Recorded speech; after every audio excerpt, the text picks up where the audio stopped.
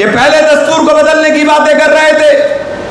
देश के अंदर रहने वाले गरीबों को, दलितों को, आदिवासियों को, पिछड़ों को और मुसलमानों से पहले टारगेट करने का काम किया। आज ये लड़ाई मुल्क के अंदर दस्तूर को बचाने की है।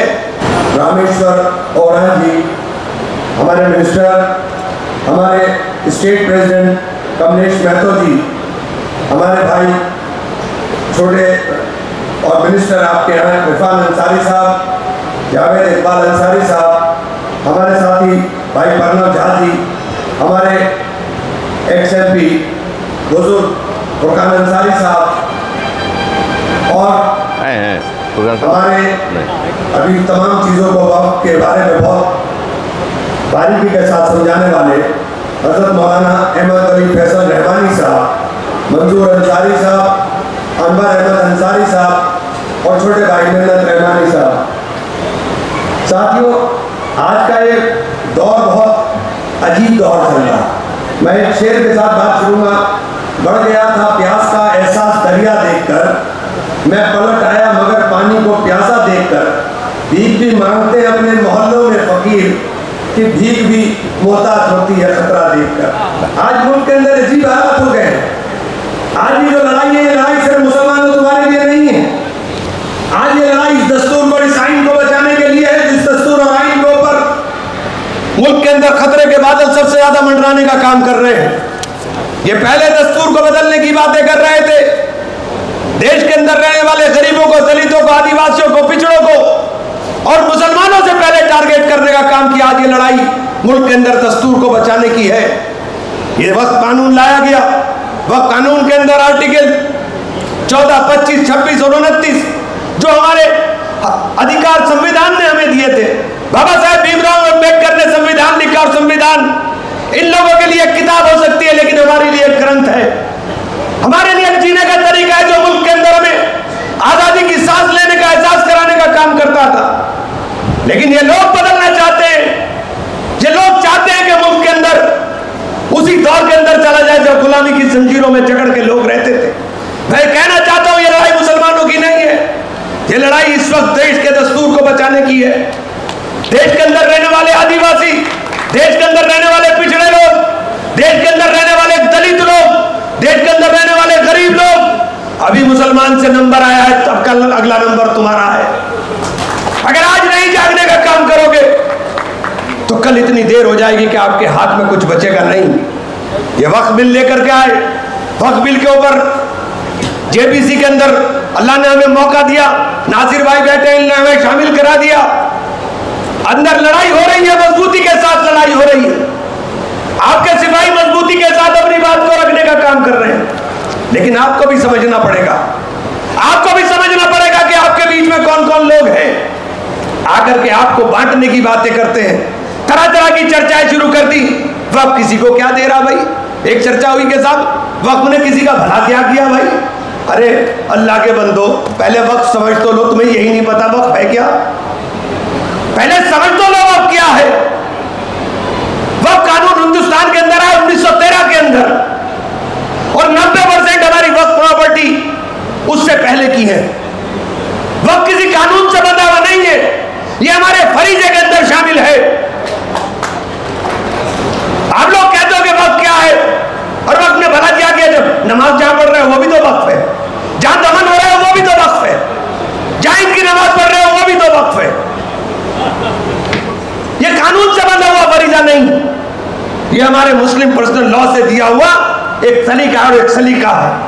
आज सवाल किया जाता कि साहब वक्त जहां पे बड़ा प्रचार हो रहा है, मौलाना रहमानी साहब ने भी बताया, एक साहब ने बोला कि साहब ये तो वक्फ बोर्ड कहीं भी प्रॉपर्टी डिक्लेयर कर देता है। तो मैंने कल को मैं पार्लियामेंट में नमाज पढ़ूंगा, तुम पार्लियामेंट को मस्जिद डिक्लेयर करा दोगे क्या? क्या तमाशा बना रखा है देश के अंदर? क्या अजब तमाशा है देश के अंदर। एक साहब आए हमारे पास, इतनी बड़ी पगड़ी बांध रखी है कि साहब हम भी स्टेक होल्डर हैं। मैंने अच्छा आप कौन है? कि हम मलंग हैं, मलंग। मैंने कहा भाई सुभान अल्लाह, सुभान अल्लाह। और कहने लगे साहब हमारी पद्धति और है आपसे। मैंने कहा पद्धति और है आपसे मतलब हम हिंदुस्तानी मुसलमान हैं, तो क्या हम बाहर के मुसलमान हैं? भाई हम भी तो हिंदुस्तानी मुसलमान हैं। क्या हमारे तरीके हिंदुस्तानी? अरे आपके तरीके हिंदुस्तानी क्या मतलब? आप बात खुलकर बताइए साहब। कह लगे साहब हम अग्नि को साक्षी मान करके उपासना करने का काम करते हैं। तौबा तौबा, ला इलाहा इल्लल्लाह मुहम्मदुर रसूलुल्लाह। मैं तो मुसलमान उसको समझता हूं। अल्लाह की जात में किसी को शिरकत करने वाला कैसे मुसलमान हो गया?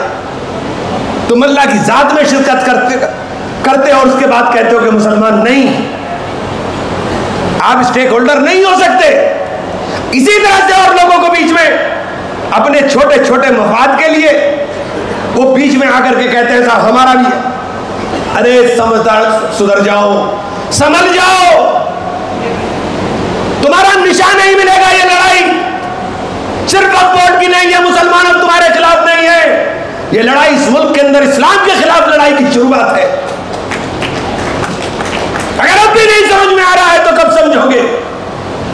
वक्फ नहीं होगा, वक्फ बाय यूजर नहीं होगा, मौलाना ने समझाया। वक्फ बाय यूजर नहीं होगा तो ना ईदगाह होगी, ना खानकाह होगी, ना मस्जिद होगी, ना कब्रिस्तान होगा। अल्लाह तुम्हें हिदायत दे नमाज की तो नमाज पढ़ने के लिए तुम्हें मस्जिदें नहीं मिलेंगी। कब बेदारी आएगी आप लोगों के अंदर? कब उठने का काम करोगे? अपने बीच में फिरके बना करके बैठ गए। इन फिरकों से बाहर निकलने का काम करो। पहले तुम्हें बांटा जाएगा, फिर तुम्हें मारा जाएगा। ये बांटने की तैयारी कितने लोगों को यह फिरका में बांटने की बात कर रहे हैं?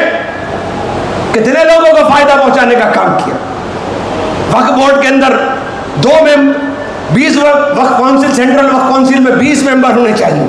2 मेंबर हैं जो वक्फ बिल लेकर आए हैं। 2, एक मिस्टर किरण रिजिजू और दूसरे उनके सेक्रेटरी, दोनों मुसलमान नहीं। आप कैसे बिल बनाकर लेके आए? आप क्या जानते हो वक्फ के बारे में? कहते हैं कि साहब वक्फ की प्रॉपर्टी रजिस्टर्ड नहीं होगी तो वक्फ नहीं माना जाएगा। अरे हिंदुस्तान के अंदर 1906 में रजिस्ट्री शुरू हुई और प्रॉपर्टी हमारी 1906 से कई सौ साल पुरानी है। ये वक्फ बाय यूजर जो गजट नोटिफिकेशन के अंदर आया, कब्रिस्तान, ईदगाह, मस्जिद, खानकाह, और ये खत्म तो इसका मालकाना हक कहां जाएगा? इनका मालकाना हक केंद्र की सरकार का होगा। स्टेट्स की गवर्नमेंट भी बाहर, कलेक्टर तय करेगा कि ये प्रॉपर्टी वक्फ की है कि नहीं। और जब कलेक्टर ही काबिज बैठा है तो तय क्या करेगा? महसूस ये होता है दौरे तबाही में, शीशे की अदालत में पत्थर की गवाही है। दुनिया में कहीं इसकी तफसील नहीं मिलती। कातिल ही मुहाफिज है, कातिल ही सिपाही। अजीब तमाशा देश के अंदर है। कलेक्टर तय करेगा और कलेक्टर ही काबिज है। और कलेक्टर कब तक तय करेगा इसकी कोई तारीख तय नहीं है। कलेक्टर कब तय करेगा इसकी कोई तारीख तय नहीं। किसी भी प्रॉपर्टी पर विवाद होगा तो कलेक्टर मालिक हो जाएगा। आपके विवाद करने में कितना टाइम लगता है? इस प्रॉपर्टी को विवादित करने में एक दरखास्त दीजिए, विवाद हो गया, और विवाद हो गया तो कलेक्टर साहब मालिक हो गए। और जब तक विवाद तय नहीं होगा उसका मालकाना हक कलेक्टर साहब के पास रहे। कलेक्टर साहब का मतलब इनकी सरकार, कलेक्टर साहब का मतलब ये नफरत की बात करना चाहते हैं, ये मुल्क का अमन खत्म करना चाहते हैं। साथियों, एक बात आपसे पूछना चाहता हूं कि अगर हमें नमाज पढ़नी हो तो क्या हमको इजाजत की जरूरत पड़ेगी? हमें इजाजत की जरूरत पड़ेगी? हमारे दिल ने गवाही की हम नमाज पढ़े। हमारी तमाम तर प्रॉपर्टीज को एएसआई के पकड़ा हुआ है। एएसआई बैठी हुई है, साहब ये इनका मालकाना के इनके बाप की प्रॉपर्टी है।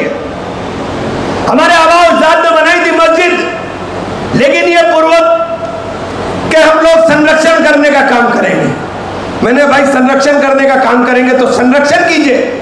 आप कौन है ये तय करने वाले कि मैं मस्जिद में जोहर की नमाज पढ़ सकता हूं, मैं मस्जिद में असर की नमाज पढ़ सकता हूं, मैं मस्जिद में सिर्फ जुमा की नमाज पढ़ सकता हूं? आपका काम संरक्षण का था, संरक्षण करिए। लेकिन तमाम प्रॉपर्टी जो कीमती प्रॉपर्टी है वो सब एएसआई के कब्जे में है। एएसआई को इसलिए दी गई कि आप मैनेजर हो, आप मैनेज करोगे। एएसआई भी मालिकाना हक मांगती है। एएसआई भी हमसे कह रही है कि हमें मालिकाना हक दीजिए। हमने कहा ये प्रॉपर्टी कब बनी थी? 2300 साल पहले साहब। और आपका जन्म कब हुआ था? कि हमारे डिपार्टमेंट का जन्म हुआ था 1871 के अंदर, और हम 1904 से प्रॉपर्टी का संरक्षण कर रहे हैं। तो जब आपका जन्म नहीं हुआ था, ये प्रॉपर्टी उससे पहले थी, तो ये आपके बाप की प्रॉपर्टी कैसे हो गई? ये सवाल इसलिए खड़े हो रहे हैं कि हमारे जो बुनियादी चीज है हमारी, उसको तोड़ना चाहते हैं। 2006 में कांग्रेस ने सच्चर कमेटी की रिपोर्ट शाया की थी। सच्चर कमेटी की रिपोर्ट में खुलासा हुआ कि अगर इन प्रॉपर्टी का सही से इस्तेमाल हो जाए तो 12,500 करोड़ रुपया सालाना की आमदनी हो जाए। आज के दौर में वो आमदनी 50,000 करोड़ रुपया। अगर 50,000 करोड़ रुपया आमदनी हमारी बनाने का तुम रास्ता बनाते तो हम सबसे पहले साथ चलने का काम करते। लेकिन आपने वो रास्ता नहीं बनाया। आपने रास्ता बनाया, सच्चर कमेटी ने कहा कि 80% प्रॉपर्टी पर कब्जा हुआ है। आपने कब्जा हटाने की बात नहीं की, आपने कब्जाधारी को मालिक बताने की बात कर दी, लिमिटेशन एक्ट हटा करके।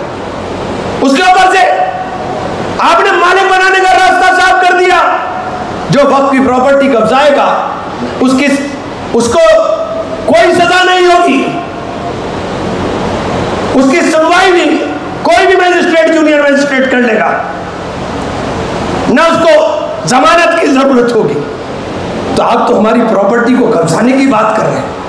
आपने लिमिटेशन एक्ट हटा करके जो एडवर्स पोजेशन का कानून है, उस कानून के लिए रास्ता खोल दिया कि उनके पास मालिकाना हक चला जाए। हमारे पास बचेगा कुछ नहीं, हमारे पास कुछ बचेगा नहीं। और आप आज भी बात करते हो कि हमें बट करके देखते हो। आज भी आप अपने आप उस मजबूत रस्सी को थामने का काम नहीं कर रहे हो जिस मजबूत रस्सी का नाम ईमान है। और उस ईमान की रस्सी को अगर मजबूती से नहीं थामोगे तो यकीन जान लीजिए तबाही के रास्ते को ऊपर खड़े होकर तबाह और बर्बाद होने का काम कर लो। आज हमें बांटने की साजिश इसलिए की जा रही है। और झारखंड के लोगों आपसे कहना चाहता हूं, आपको मजबूती के साथ खड़ा होना पड़ेगा हमारे साथ। आपको मजबूती के साथ खड़ा होना पड़ेगा राहुल गांधी के साथ, जो आपकी लड़ाई को पार्लियामेंट के अंदर सबसे मजबूती से लड़ने का काम करते। आपको खड़ा होना पड़ेगा झारखंड में इंडिया गठबंधन के साथ। इसके अलावा कोई रास्ता नहीं है आज की डेट में। इधर उधर मत देखिएगा, कोई रास्ता निजात का नहीं है। मुल्क के अंदर हालात अच्छे नहीं है, और इन हालात के अंदर आपके सर पे चुनाव है। ये बात इसलिए कह रहा हूं, हम लड़ाई पूरे देश में लड़ने का काम कर रहे हैं। नासिर भाई बैठे हुए हैं, पटना, हैदराबाद, अहमदाबाद, लखनऊ, हमारी तमाम जगहों पर, भोपाल, जयपुर, हम तमाम जगहों पर जाकर के, बेंगलोर मीटिंग कर रहे हैं और इसी तरह से लोगों को बेदार करने की कोशिश कर रहे हैं। इसी तरह से आप लोगों को समझाने की कोशिश कर रहे हैं। मैं इसलिए आप लोगों से कहना चाहता हूं कि आप किसी भी सूरत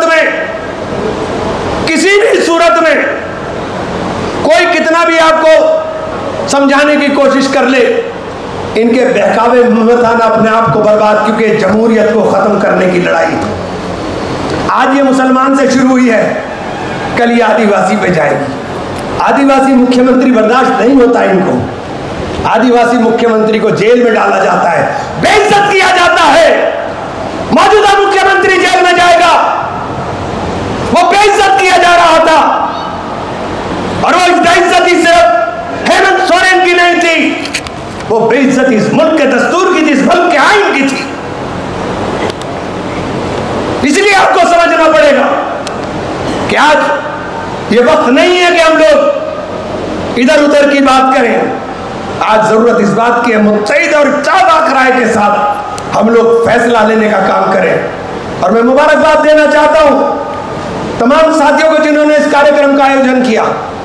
हम तो आपके लिए लड़ रहे हैं, जितना दम है उतना दम दे करके लड़ने का काम करेंगे। लेकिन हाथ उठा करके एक वादा हमसे भी कर लीजिएगा कि तमाम साथी एकजुटता के साथ इस बिल का विरोध करेंगे और इंडिया गठबंधन के हम लोग साथ चलने का काम करेंगे। आज लड़ाई संविधान को बचाने की इस लड़ाई में हमें सहयोग करने का काम करेंगे। मैं आप सब लोगों को शुक्रिया अदा करना चाहता हूं, आप सब लोग का, कि आप सब लोग आए, बहुत बहुत शुक्रिया।